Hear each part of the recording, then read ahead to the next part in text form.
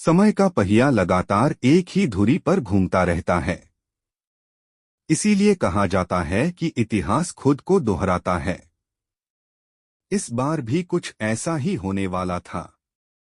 बेंगलोर की एक अत्यंत आधुनिक व गुप्त प्रयोगशाला में किसी भी जीव के कटे अंगों के पुनः उत्पन्न होने की प्रक्रिया के जांच के लिए प्रयोग चल रहे थे, जिसमें मगरमच्छ, छिपकली, ऑक्टोपस जैसी 5 जीवों के पुनः उगने वाले अंगों के डीएनए को मिलाकर प्रयोग किए जा रहे थे, परंतु सफलता नहीं मिल रही थी। लगातार प्रयोग के निष्फल होने और संसाधन की कमी होने से पूरी टीम आहत थी। टीम के वरिष्ठ सदस्य प्रो मोहित किसी भी हाल में इस प्रयोग को पूरा करना चाहते थे, पर कोई तरकीब नहीं सूझ रही थी। इसलिए वे सदियों पुरानी किताबों में गहन जांच पड़ताल करने लगे और तभी अचानक प्रो मोहित की नज़र एक खास पेपर पर गई और उन्हें एक खतरनाक पर एक धांसू आइडिया मिल गया था। प्रो मोहित ने पूरे टीम को इकट्ठा किया और अपना आइडिया सुनाया, जिसको सुनने के बाद पूरी टीम सन्नत आइडिया था कि ट्रांसल्वेनिया चलकर ड्राकुला के शव को खोजकर उसका डीएनए लिया जाए और उस डीएनए को बाकी जीवों के डीएनए के साथ मिलाकर प्रयोग किया जाए। पूरी टीम को ये आइडिया मजाक लगा। किसी को भी यकीन ही नहीं हुआ कि मोहित एक काबिल वैज्ञानिक होकर दंत कथा पर विश्वास करते हैं। सभी मेंबर्स के खारिज करने के बाद भी प्रो मोहित ने हार नहीं मानी और टीम में नए शामिल हुए डॉक्टर ऋषभ को लेकर गुप्त रूप से ट्रांसल्वेनिया निकल गए।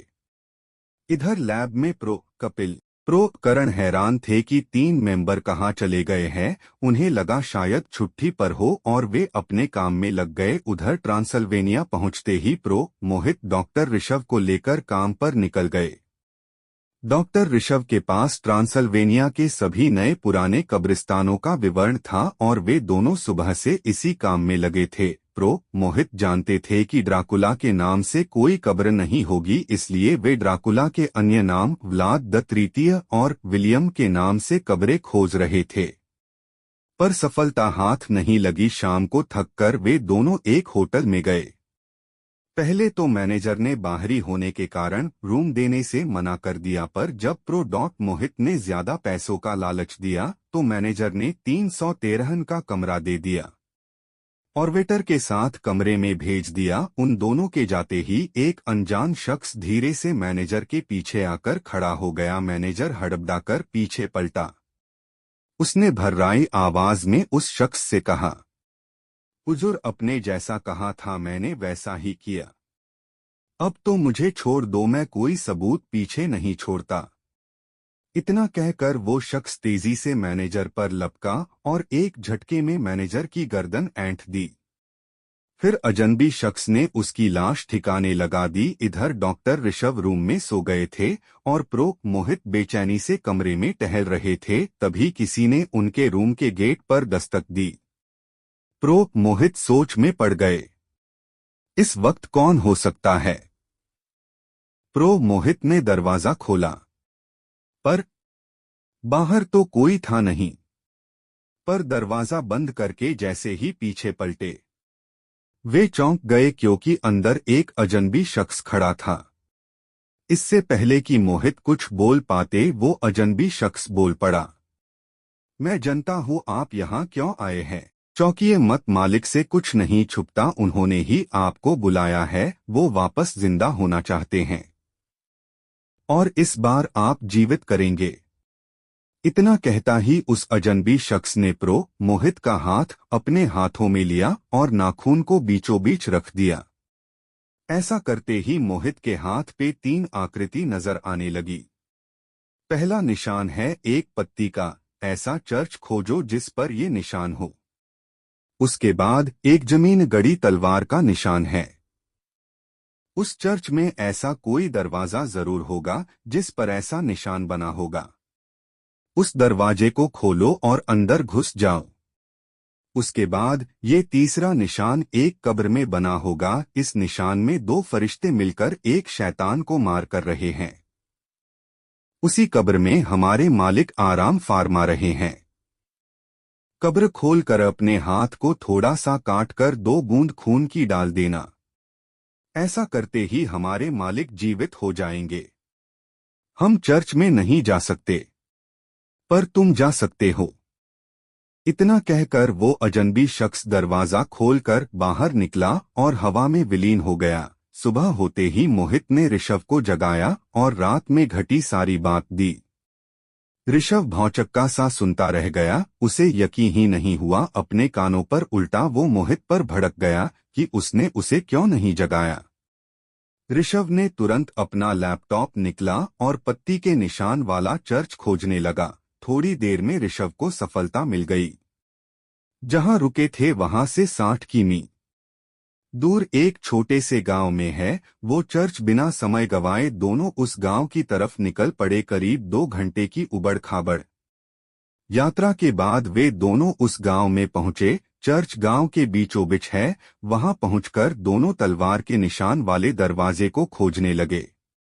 इधर कोई और भी इस चर्च में आया था। उसने आते ही सबसे पुराने पादरी को खोजना शुरू किया और थोड़े ही देर में उसे खोज लिया।